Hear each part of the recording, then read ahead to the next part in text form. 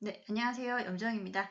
최근 들어서 기존의 굴뚝주라고 불렸던 이 인프라 투자에 대한 관련주들이 최근 상승률이 워낙에 좀 독보적인데요. 이제 바이든 정부가 2차 부양책, 인프라에 대한 2차 부양책까지 곧 발표할 예정이라고 하기 때문에 인프라 관련주들에 대한 상승 흐름이 워낙에 좋습니다. 조선, 그리고 철강, 기계 건설까지 이제 전통 사업으로 불렸던 이 관련 업종들이 상승률이 좀 더 커지고 경기 개선이라든지 제형 수주 그리고 업황 개선 등으로 여러 시그널을 통해서 주가가 같이 반응을 하고 있는데요. 최근에는 뭐 사실 워낙에 좀 단기적으로 좀 상승폭이 워낙에 컸기 때문에 조금은 좀 조정을 받을 수 있긴 하지만 최근 들어서 뭐 원자재 가격 상승이라든지 그리고 철강업뿐 아니고 기계 건설에 대한 수요가 이제 급증을 하면서 관련 업종들 상반기 그리고 당분간은 조금은 더 지켜보셔도 좋을 것 같습니다. 일단 조선업에 대한 이야기는 제가 이제 주말 통해서 많이 이야기를 좀 드렸었고요. 철강업에 대한 이야기를 간단히 하면요. 일단 중국의 열연 가격이 7주째 상승을 해서요.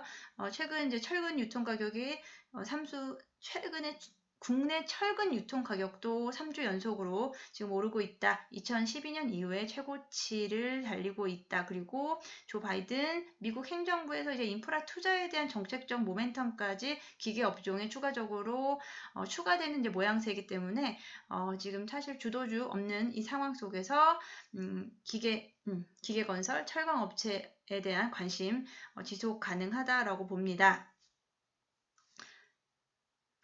네, 오늘 상승률 보면은 철강, 그 기계 업종 다 좋았는데요. 그중에서 두산인프라코아가 이제 인수 분할합병에 대한 이슈까지 있기 때문에 두산인프라코아에 대해서 좀 얘기를 해보겠습니다. 최근 이제 두산 중공업 그리고 인프라코아, 두산 박해까지 상승률이 동반 상승, 세 종목 모두 동반 상승하면서 주가 흐름은 워낙에 좋은데요. 최근 두산 인프라코아의 사업구조 재편 소식 그리고 이제 확정 공시에 따라서 최근 이제 불확실성에 대한 해소되면서 두산 인프라코아 주가 크게 상승을 했습니다. 두산 인프라코아 한번 차트 한번 확인하겠는데요. 인프라코아 나오세요. 예, 두산 인프라코아 일봉으로 봤을 때 최근 6영업일간 기관과 외국인들의 매수세 계속 이어지면서요. 순매수 이어가고 있습니다. 오늘도 9%대 상승을 했고요. 주봉으로 확인했을 때는 작년 3월 저점 2,500원이었었죠. 2,500원 대비 지금 4배, 5배, 4.5배 가까운 상승률을 보이고 있습니다. 이번 2월에 좀 단기적으로 이런 불확실성 부분이 있었기 때문에 조정을 받았지만 그리고 확정 공시 3월 19일 분할합병에 대한 확정 공시 이후에 주가는 계속 좋은 흐름 보이고 있습니다.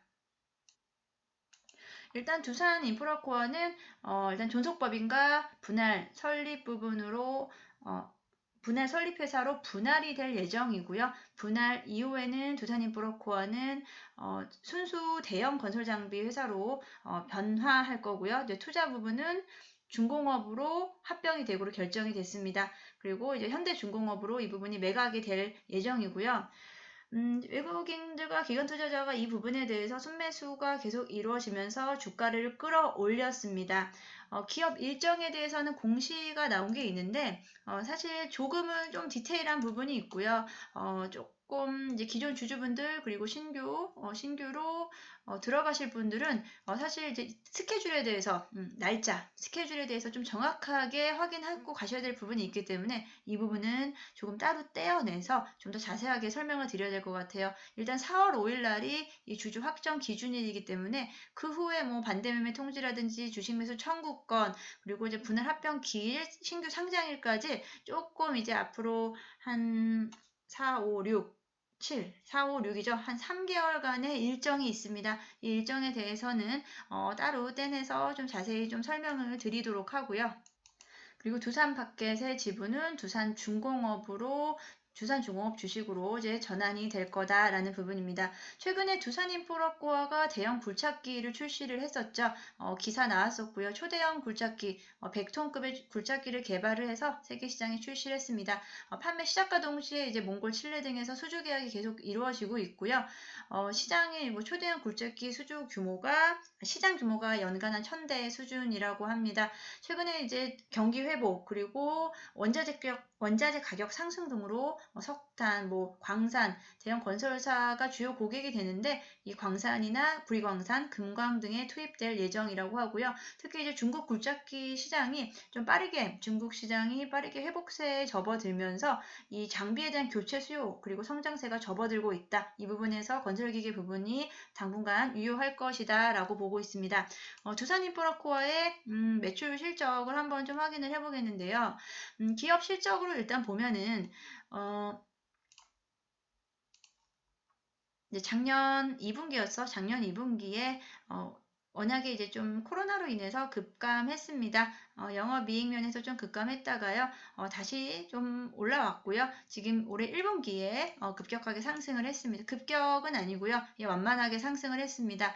전년도 대비 이제 올해 매출액 그리고 영업이익 모두 다 다시 전년은 아니고요. 2019년 수준으로 다시 회복할 수 있다. 전년 대비해서는 당연히 상승이다라는 부분 확인해 볼 수 있습니다.